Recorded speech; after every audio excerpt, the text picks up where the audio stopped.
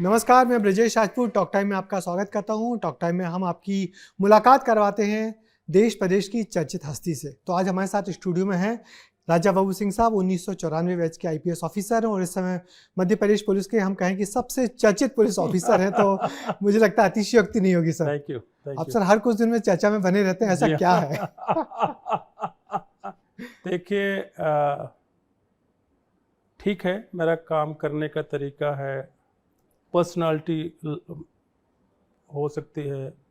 दूसरा, मैं जो नए नए एक्सपेरिमेंट कर रहा हूँ, out of the box thinking कर रहा हूँ, वो सारे कारण मिल करके ऐसा हो सकता है कि बिल्कुल। ये हर 2-4 दिन में न्यूज़ बन जाती है। जी। सर आमतौर पे जो एडीजी ट्रेनिंग का जो आपका भी जो दायित्व है, आपको जो पोस्ट है, आमतौर पे कभी इतना चर्चित नहीं रहा, मगर आप जब से बने हैं तब से जो नव आरक्षकों की भर्ती है, भर्ती प्रक्रिया से लेकर उनकी जो ट्रेनिंग हो रही है, उसमें लगातार कुछ ना कुछ ऐसा हो रहा है कि लोग आपको याद करते हैं। जैसे कुछ दिनों पहले हनुमान जयंती हुई, तो आपने वहाँ हनुमान चालीसा पढ़वा दिया सुबह शाम। मेरे साथ एक जो प्लस पॉइंट है वो ये है कि यहाँ की ट्रेनिंग हैंडल करने से पहले मैं बॉर्डर सिक्योरिटी फोर्स, जो यहाँ का 2.5 गुना ज़्यादा बड़ा बल है, बॉर्डर सिक्योरिटी फोर्स 2,65,000 का बल है और पूरे देश में 2 बॉर्डर पे तैनात है, इंपॉर्टेंट बॉर्डर पे, Indo Pakistan Indo Bangladesh border पे। उसकी ट्रेनिंग में 2 साल तक हैंडल करता रहा। जी। और इसका फोर्स तो सिर्फ 1,25,000 मध्य प्रदेश पुलिस का, उसमें तकरीबन 20,000 वैकेंसी है। तो मेरे पास एक बहुत रिच एक्सपीरियंस ट्रेनिंग को हैंडल करने का है। और मुझे पता है कि जो अपना पुलिस का जवान है, सोल्जर है, पुलिस कांस्टेबल है, उसको ना केवल एक अच्छा स्मार्ट कॉप होना चाहिए। जिस तरह के इश्यूज आ रहे हैं साइबर क्राइम के, डिजिटल अरेस्ट के, आपने देखा कि डार्क वेब में इस समय डिजिटल स्पेस पे काफ़ी अपराध हो रहे हैं, उस पे जो बेसिक पाठ्यक्रम है उसमें तो मैंने बदलाव किए ही। लेकिन जो सबसे बड़ा इशू, मैं तो 32 साल की मेरी पुलिस की नौकरी होने जा रही है, तो अभी भी लोगों के मन में जो एक पुलिस को लेकर के एक साइकोलॉजिकल फियर है जी। लोगों का ये है कि पुलिस का बिहेवियर ठीक नहीं रहता, हाई हैंडेडनेस करती है, ह्यूमेन फेस और होना चाहिए। क्योंकि जब हमारी जो कॉलोनियल लीगेसी रही है, जब जी। हमारा ये कॉलोनियल पीरियड था, ब्रिटिशर्स ने अपने ब्रिटेन के लिए तो उन्होंने बॉबी तैयार किया कि बॉबी पुलिसमैन सिविलियन पॉपुलेशन के बीच रहेगा, अनआर्म्ड रहेगा। जी। उनकी जो आर्म्ड इंटरवेंशन की अलग टीम होती है, एंड वो टीम विशेष परिस्थितियों में ही कॉल की जाती है। जी। लेकिन उस समय जो ब्रिटेन के गृह मंत्री थे रॉबर्ट पील, उन्होंने इंडिया जो उनकी कॉलोनी थी, आयरिश कांस्टेबलरी के पैटर्न पे उन्होंने यहाँ की पुलिस व्यवस्था को रीऑर्गेनाइज किया। यानी कि मध्य भारत की जो पुलिस प्रणाली है वो आयरिश है, ब्रिटेन अब की। बेसिकली जो आयरिश कांस्टेबुलरी जी। थी, आयरिश कांस्टेबुलरी ये थी कि बैरक पे रहेगी, आर्म्ड रहेगी और रेजिमेंटेड रहेगी, और जब कभी लैंड ऑर्डर को दबाना होगा तब उसको बाहर निकाला जाएगा। जी। यही यहाँ पे पुलिस लाइन क्रिएट की गई, बैरक क्रिएट की गई, उनको 303 राइफल दे दी गई, उनको लाठी दी गई, और जब आपको लैंड ऑर्डर दबाने के लिए कॉल किया जाएगा, आप बाहर निकलिए और बल प्रयोग शुरू कर दीजिए। तो उस तरह का यहाँ पे क्यों नहीं बॉबी पैटर्न पे यहाँ भी सिविलियन पुलिस को खड़ा किया गया? क्योंकि यहाँ पे ये कॉलोनियल था। कॉलोनी थी, यहाँ जी, जी। पे हाँ, हाँ। दबा के रखना था। तो इसलिए तो वो जो कॉलोनियल लिगेसी हमारी रही है, उससे निजात पाने में, उसको तोड़ने में इतने साल हो गए, आज़ादी के 75वें साल हो गए। बिल्कुल। लेकिन अभी भी कहीं न कहीं साइकोलॉजिकल फ़ियर है लोगों के दिलो-दिमाग में, एक साइकी में बैठा हुआ है। तो इसीलिए मैंने सोचा कि हमारा जो पुलिस कर्मी है, ना केवल वो स्मार्ट कॉप हो, अच्छा जानकारी हो साइबर क्राइम्स की, दूसरे जो मॉडर्न सब्जेक्ट्स हैं, अभी तो न्यू क्रिमिनल लॉज आ गए हैं, बहुत सारा टेक्निकल उसमें एस्पेक्ट है, वो सब मैंने जोड़े हैं। बल्कि वो ह्यूमेन हो, उसके अंदर संवेदनशीलता हो, और हमारे जो सनातन धर्म के नैतिक मूल्य हैं, चाहे वह रामायण में वर्णित हैं, भागवत गीता में वर्णित हैं, हनुमान जी का चरित्र, आपने कहा कि मैंने हनुमान जयंती के दिन हनुमान चालीसा का पाठ करवा दिया। आप देखें, हमारे सनातन धर्म में जितने भी डेटी हैं, विग्रह हैं, मुझे लगता है सबसे अच्छा विग्रह पुलिस कर्मियों की प्रेरणा देने के लिए जी। हनुमान जी हैं। हाँ, आदि तुम पुलिस। रक्षा काहू को डरना। हाँ, पुलिसकर्मी से क्या अपेक्षा समाज की? You are to implement law without fear and favour. Hanuman ji, police वाले का मतलब यह है उसे किसी से नहीं डरना।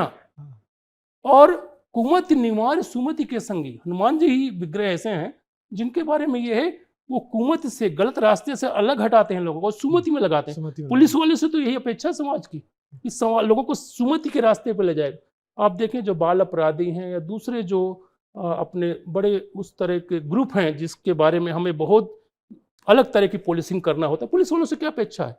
सबको सुमति में लगाएगा।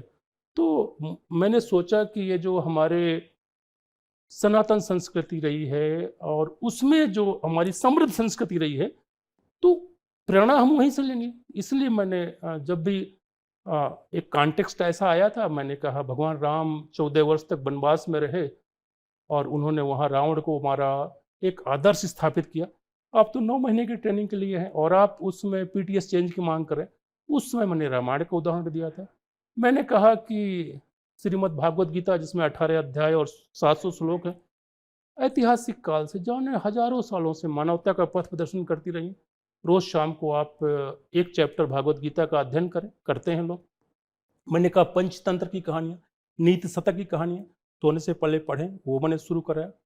तो ये सारा जो मेरा प्रयास था वो ये था कि हमारा जो पुलिसकर्मी हो न केवल अपराधों की रोकथाम में, क्राइम प्रिवेंशन में, डिटेक्शन में सक्षम हो, उस लेटेस्ट गैजेट्स की जानकारी हो, टेक्निकल गैजेट्स को इस्तेमाल करना आता हो, बल्कि वो नीतिवान हो, नैतिक हो, चरित्रवान हो, संवेदनशील हो, आम जन के प्रति। जो हमारे मार्जिन पे लोग हैं जिनको बहुत ज़्यादा सेंसिटिविटी चाहिए, बच्चे हैं, महिलाएं हैं, उनके प्रति एक खास तरह की सेंसिटिविटी दिखाए, ज़्यादा ह्यूमन फेस हो। इसलिए मैंने इस तरह की नैतिक शिक्षा को भी इसमें समावेशित यानी कि किया। शारीरिक शिक्षा के साथ साथ आपने नैतिक शिक्षा पे ज़्यादा जोर दिया, जो मुझे लगता है पहली बार ऐसा हो रहा है और यही वजह है कि वो ट्रेनिंग हर बार चर्चा में आ रही है। मुझे यहाँ याद आ रहे हैं हरिशंकर परसाई, जिन्होंने एक छोटा व्यंग्य लिखा था। आप तो बहुत किताबें पढ़ते हैं सर, आपने भी पढ़ा होगा कि इंस्पेक्टर मातादीन चांद पर। यस। तो इंस्पेक्टर मातादीन जब चांद पे जाते हैं तो पता लगता है कि वो हनुमान जी जो आदि पुलिस वाले थे, यस कि वही सीता माता का पता लगाने वहाँ गए थे। तो आपने जिस तरीके से जुड़ा है वो तो है ही, मगर सर एक सवाल बार बार उठता है, जिस तरीके से आप हम सनातन धर्म की पवित्र किताबें हैं जब पढ़वाते हैं, रामायण, हनुमान चालीसा, गीता, मगर वहाँ सर एक बड़ा वर्ग उस दूसरे धर्म से भी आता है, चाहे मुस्लिम हो चाहे क्रिश्चियनिटी हो। तो क्या उनको ये सब पढ़ाना वाजिब है, या उनके धर्म पे वो इस चीज़ को लेकर बड़े कट्टर होते हैं कि हम दूसरे धर्म की किताबें क्यों पढ़ें? एक मुसलमान नव आरक्षक क्यों पढ़ेगा हनुमान चालीसा? क्या ये सवाल उठ रहे हैं क्या? देखिए, हमें सेक्टेरियन सोच नहीं रखना चाहिए। जो सनातन संस्कृति है वो कभी भी सेक्टेरियन सोच के साथ लिमिटेड नहीं रहा। मैं जो बेसिक मानव मूल्य है, बेसिक मानव मूल्य क्या है? दया, करुणा, अहिंसा, संवेदनशीलता, एम्पैथी, उनकी बात कर रहा हूं। और सनातन संस्कृति में आप देखें, पंचतंत्र की कोई कहानी पढ़े, नीति शतक पढ़े, भागवत गीता का कोई श्लोक उठा ले, और या फिर राम चरितमानस की चौपाइयाँ हैं, इनमें सब में जो जीवनादर्श, किस तरह का अच्छा जीवन जीना चाहिए, उसके बारे में संदेश है, उसके बारे में बोध है। तो उसकी मैंने बात करी है कि हाँ, कोई मेरा सेक्टेरियन सोच नहीं था। और इसी का परिणाम रहा कि हमारे जितने भी ट्रेनिंग सेंटर है, 8 ट्रेनिंग सेंटर है जहाँ पे ये रिक्रूट्स की ट्रेनिंग हो रही है, मुझे नहीं लगता कि कभी किसी ने ये कहा हो कि हम जो आदर्श मानव मूल्य हैं उनको हम अपनाना नहीं चाहेंगे। सभी लोग अपना रहे हैं और उन्हें अच्छा लग रहा है। कई बार लोगों ने पूछा भी, तो उन्होंने कहा कि नहीं, सर ने अच्छा किया है और हमें अच्छा लग रहा है। चाहे रामायण पाठ की बात हो, चाहे भगवद गीता पाठ की बात हो, पंचतंत्र नीति शतक की कहानियों की बात हो, सब ने कहा कि साहब बहुत अच्छी चीज़ है। एक सर आपका एक वीडियो और बड़ा चर्चित हुआ था, आपने एक मदरसे में कुछ स्पीच देते हुए उन लोगों को भी सलाह दी थी कि आप सब लोग भी गीता पढ़ा करें। तो उस वक्त थोड़ा विवाद हुआ था कि आप मदरसे में शिक्षा दे रहे हैं, गीता पढ़ी जाए, उसके पीछे क्या सोच रही है? देखिए, ना तो कोई विवाद हुआ था और ना कोई मेरा सोचा समझा कोई वो वक्तव्य था। मदरसा के जो मौलवी साहब हैं, वो मेरे गृह जनपद बांदा के ही हैं। बहुत पहले यहाँ आ गए थे और बहुत विद्वान आदमी हैं और बहुत अच्छे इंसान हैं। तो उन्होंने कहा कि साहब हमारे मदरसे में जो बच्चे हैं, उनको आप एड्रेस कर दीजिए। उस दिन राष्ट्रीय पर्व का त्योहार था, 26 जनवरी थी। जी। मैंने ऑनलाइन एड्रेस किया था और अब आप देखें कि हमारे हम सभी की जो नीति निर्माता हैं, प्रशासक हैं, सभी की ये सोच है कि मदरसों में भी वैज्ञानिक शिक्षा दी जाए और एक अच्छा दृष्टिकोण हो। तो मैं अभी आपने देखा कि रूस के जो यहाँ प्रीमियर आए थे, जी। पुतिन। व्लादिमीर पुतिन साहब, उनको हमारे माननीय यशस्वी माननीय प्रधानमंत्री जी ने भागवत गीता का रूस रूसी अनुवाद दिया था। रसन में लिखी हुई। जी जी। तो वो भागवत गीता तो सभी धर्मों से ऊपर उठ करके है। तो मैंने कहा कि आप ठीक है पढ़ रहे हैं यहाँ पे, लेकिन भागवत गीता का भी अध्ययन किया करें। भागवत गीता का अगर आप नियमित अध्ययन करेंगे, आपको बहुत अच्छा जीवन जीने का जो मार्ग मिलेगा, सोच मिलेगी, आपको जीवनादर्श मिलेगा, आपको मूल मिलेंगे। तो ये मैंने उसमें एक प्रवाह में बोला था जी मेरा, जी। ना कोई सोचा समझा वक्तव्य था, ना कोई मंतव्य था। बहुत ही पवित्र भाव से मैंने कहा था कि जी जी। आप भागवत गीता भी पढ़ा करिए। मगर सर, इस मानव मूल्य तो किसी भी धर्म की किताबों में होते हैं। हुँ, हम बाइबल देखें, कुरान देखें या हुँ, और कोई भी धर्म देखें, हुँ, हुँ, धर्म की धार्मिक किताबों में होता ही है। हुँ। तो क्या पुलिस ट्रेनिंग वाले नव आरक्षकों को आप कुरान या बाइबल की कुछ अच्छी बातें भी पढ़ने की सलाह देंगे? देखिए, मैंने कहा ना कि मैं उस विवाद में ना तो पढ़ना चाहता हूँ और ना मैं तो पुलिस ऑफिसर हूँ। मैं और पढ़ना भी नहीं चाहिए, हमें सिविल सर्विस कंडक्ट रूल्स के तहत बंधे हुए हैं। मैं तो सिर्फ इतना कहना चाहता हूँ, जैसे मैं शुरू में कहा कि आज जो चैलेंजेज आ रहे हैं पुलिसिंग में, आज क्या चैलेंजेज आ रहे हैं? जब मैंने नौकरी ज्वाइन किया था 32 साल पहले, डिजिटल स्पेस था ही नहीं। उस समय आपने देखा लैंडलाइन फ़ोन थे। जब मैं एसपी राजगढ़ था, पहली बार ये जीएसएम फ़ोन आए। Mobile phone. इसके बाद एसपी सतना बना, इसके बाद इंटरनेट आया, फिर इंटरनेट ऑफ थिंग आया। आपने देखा अब तो चैट जीपीटी, एआई की बात हो रही है, डार्क वेब की बात हो रही है। अब 70% 60% अपराध डिजिटल स्पेस में हो रहे हैं। तो हमारे पुलिस कर्मियों को कितना स्मार्ट बनाने की ज़रूरत है। इसलिए मैंने जो पेपर नंबर 6 है, आपने देखा इतना मैंने उसको वाइड कर दिया है, इतनी अच्छी ट्रेनिंग दी है कि इस बार एडीजी साइबर सिक्योरिटी ने डीजीपी साहब से आदेश करा के सीधे 1086 हमारे जवान हैं, उनको साइबर क्राइम में सीधे पोस्टिंग दे रहे हैं। इतनी अच्छी मैंने ट्रेनिंग दी है। तो कोर पुलिसिंग की तो मैंने ट्रेनिंग दी ही, लेकिन ये था कि आज जिस तरह आपने देखा ना कि 24 घंटे हर जवान, हर युवा, हर व्यक्ति फिडल कर रहा है डिजिटल स्पेस में, मेंटल पीस नहीं रह गई है और एंजाइटी सी है लोगों के। तो जी। ऐसे में पुलिसकर्मी का रोल और भी बड़ा चैलेंजिंग हो जाता गुरुतर हो जाता है। है। जी। उसे और ज़्यादा कंपोज़र मेंटेन करना होता है। तो जब तक आप उसे नैतिक मूल्यों की शिक्षा नहीं देंगे, जब तक वो जैसे ना ये बोध गहराने वाली कहानियाँ, पंचतंत्र है, नीति शतक है, तो जहाँ से भी अच्छे मानव मूल्य मिल सकते हैं, लेना चाहिए। लेना चाहिए। सर, आपने एक और नवाचार शुरू किया जिसकी बड़ी चर्चा थी हम सब लोगों के बीच में कि आमतौर पे जो नौ आरक्षक थे या जो कांस्टेबल होते हैं बहुत कम दौड़ पाते हैं, मगर आपने उनको मैराथन दौड़वा दी। 42 किलोमीटर की मैराथन दौड़वा दी। ये बदलाव कैसे हुआ?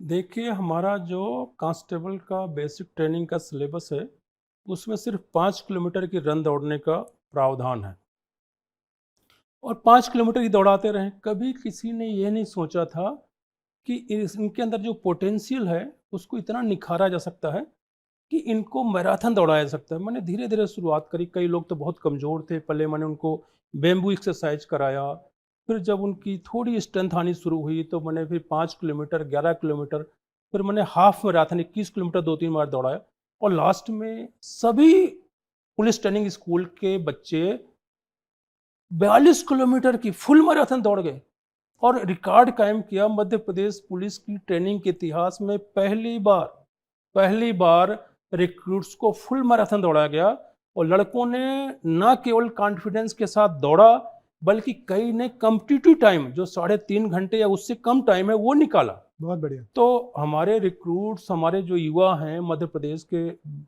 गांव से आए हैं, उनके अंदर पोटेंशियल था, निखारने की ज़रूरत थी। तो मैं साधुवाद देता हूँ जो हमारे पुलिस ट्रेनिंग के एसपीज लोग हैं, ट्रेनर्स हैं, मेरे कहने पे उन्होंने मेहनत करी, उन पे उनको मोटिवेट करा, उनके पोटेंशियल को निखारा और वो now they are confident to run मेरा फुल मैराथन।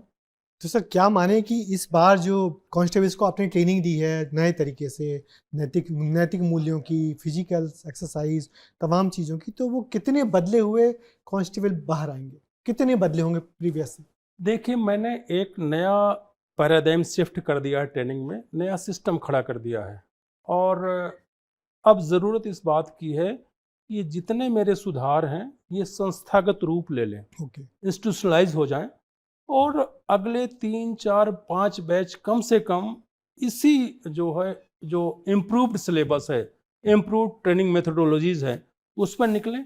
तो निश्चित तौर पे आगे 4 5 6 साल बाद आप जब ये नए लड़के निकल करके जाएंगे फील्ड में और ये जब नए तरह की पुलिसिंग करेंगे, ह्यूमन पुलिसिंग करेंगे, स्मार्ट कॉप के रूप में काम करेंगे, तो हर कोई जनता महसूस करेगी कि ये पुलिस वाले कुछ हटके हैं। कि ये पुलिस वाले कुछ हटके हैं।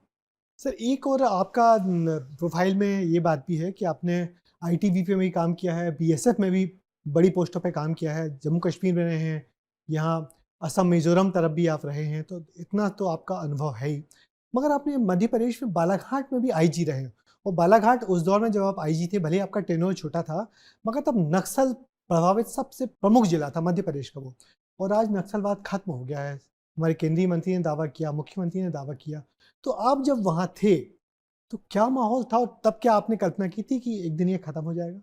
देखिए, मैं डीआईजी शहडोल रेंज हुआ करता था और मेरा प्रमोशन हुआ ही था, जून जुलाई 2012 की बात है और मुझे उस समय आईजी बालाघाट जोन पदस्थ किया गया। उस समय नंदन दुबे सर डीजीपी हुआ करते थे।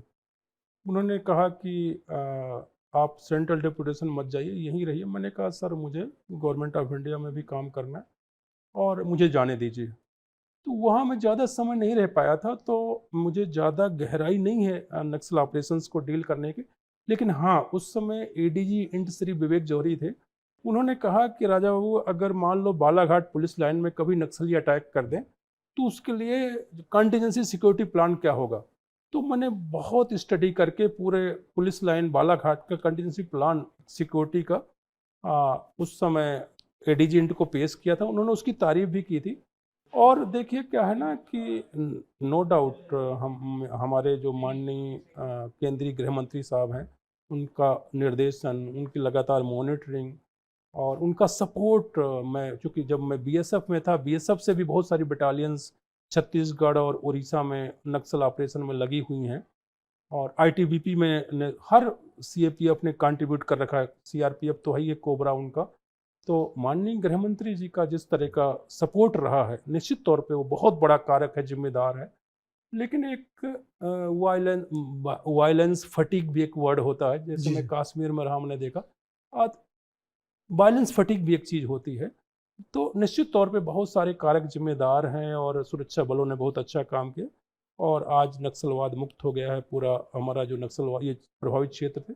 अब वहाँ बहुत अच्छे विकास की दौड़ शुरू हो रही है। ये तो बहुत ही अच्छी चीज़ है और अब वो सारे क्षेत्र भी बहुत अच्छी तरह विकसित होना चाहिए, मुख्यधारा में आना चाहिए, लोग लौट रहे हैं। ये तो बहुत अच्छी चीज़ है, बहुत अच्छा अचीवमेंट है। केंद्रीय गृह मंत्री साहब के निर्देशन में केंद्र सरकार का, राज्य सरकारों का, पुलिस कर्मियों का, सुरक्षा बलों का, जिन लोगों ने बलिदान दिया है इसको अभी तक टैकल करने में, मैं उन सभी के प्रति श्रद्धावनत हूँ। सर आपकी जो शख्सियत है, जो आपको को बहुत पहले से जानते हैं, आप बहुत पढ़ने लिखने वाले व्यक्ति हैं, खूब पढ़ते हैं, नया नया पढ़ते हैं, आप बहुत मेल जोल पसंद आदमी हैं, जहाँ जाते हैं अपनी लोगों से मिलते जुलते हैं, सबको सम्मान देते हैं और सबकी मदद के लिए हमेशा तैयार रहते हैं। तो ये तमाम चीज़ें दिखाती हैं कि हर आदमी चाहता है कि वो एक पॉलिटिक्स में आए हो, तो क्या कभी आपने सोचा है कि आने वाले वक्त जब आप रिटायर होंगे उस तरफ जाएंगे? क्योंकि आपका जो व्यवहार है, मदद करने की जो ताकत है, आदत है, संपर्क है आपके पूरे देश और दुनिया में, तो कभी आपने इस तरफ सोचा है क्या? या दूसरा समाज सुधार या दूसरा जन सेवा या एनजीओ, किस तरफ आप जाना चाहेंगे? ब्रजेश जी देखिए, मैं अपने जीवन की अगर आपको कहानी बताऊं, आप जानते ही हैं, मैंने अपना पूरा जीवन अच्छा। प्रभु के सहारे जिया है। और मैं प्रभु की कृपा पे बहुत विश्वास करता हूँ। प्रभु मेरे से जो काम लेना चाहेगा, जब लेना चाहेगा, वो ले लेगा। मैं तो बांस की पोंगरी हूँ, मेरे में उसी का संगीत बज रहा है। मेरा अपना कुछ भी नहीं है। निश्चित तौर पे 24 घंटे जिस तरह गुलाब से सुगंध ही निकलेगी, दुर्गंध नहीं निकलेगी। कोयल मीठा गीत ही गाएगा। बाय डिफ़ॉल्ट मेरा नेचर है कि मैं लोगों की मदद ही करता हूँ। तो निश्चित तौर पे जो समाज के लिए काम करना है, पर्यावरण के लिए काम करना, ये मेरे नेचर में, ये करूँगा। राजनीति में जाना या ना जाना, ये तो प्रभु डिसाइड करेगा। प्रभु ही मेरा मार्ग डिसाइड करेगा। मैं तो वही नियंता है सभी का। मैं तो बहुत ज़्यादा प्रभु को मानने वाला हूँ। तो सर, जाते-जाते ये बताइए कि इन दिनों आप क्या पढ़ रहे हैं और हम लोगों को इस बदलते दौर में क्या पढ़ना चाहिए? देखिए, नो डाउट अभी जो नए-नए डेवलपमेंट हो रहे हैं, ख़ासकर जो आर्टिफिशियल इंटेलिजेंस है, एआई है, चैट जीपीटी है, और इस पे तो पढ़ना ही चाहिए। लेकिन मैं चूँकि बीएसएफ में काम कर रहा हूँ पाकिस्तान, वहाँ कश्मीर वैली का हेड था। पूरा कश्मीर चप्पा-चप्पा, मैंने 2 हेलीकॉप्टर थे गवर्नमेंट ऑफ इंडिया के दिए हुए मेरे पास। उन्हीं से पूरे वैली में उड़ता रहता था और मैंने पूरा वैली को देखा। आप तो आए थे जी, कश्मीर जी, में। जी। तो सोल्जरिंग के प्रति मेरा बहुत ज़्यादा जो है झुकाव हो गया।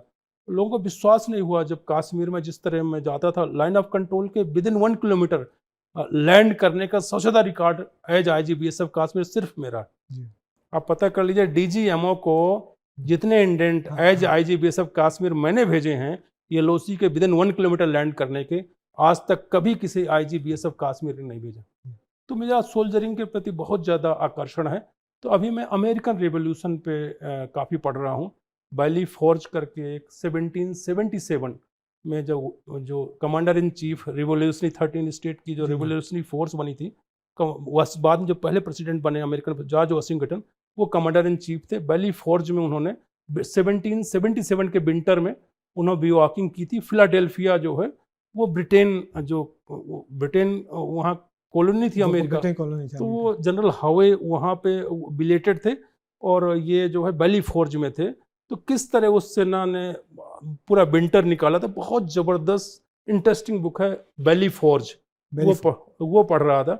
तो मुझे सोल्जरिंग की बुक्स बहुत, ज़्यादा। बाकी स्पिरिचुअलिज्म है, इन्वायरमेंट है, ये तो मेरे सबसे प्रिय विषय हैं। धुरंधर देखी कि नहीं आपने सर? धुरंधर नहीं देखी मैंने। अच्छा। नहीं चलिए देखी। सर, बहुत-बहुत शुक्रिया आपको। आपसे थैंक यू। बहुत सारी बातें की हमने और उम्मीद करते हैं आपके मार्गदर्शन में जो कांस्टेबल अब जो नई आमद आएगी उनकी बिल्कुल बदली हुई होगी। जैसा आप उनको बनाना चाहते हैं, नैतिक रूप से मजबूत, शारीरिक रूप से मजबूत, वैसे ही निकल के आएँगे। और आप जिस तरीके से पुलिस, मध्य प्रदेश पुलिस को के नव आरक्षकों को एक लाइन दे रहे हैं, गाइडेंस दे रहे हैं, उसको हम लोग लंबे समय तक याद रखेंगे। आप यहाँ आए सर, आपका बहुत-बहुत शुक्रिया। Thank you. तो ये थे मध्य प्रदेश पुलिस के चर्चित अधिकारी राजा बाबू सिंह साहब। अगले हफ्ते किसी और ऐसी शख्सियत से आपकी मुलाकात करवाएंगे। तब तक के लिए हमें दीजिए इजाज़त। नमस्कार।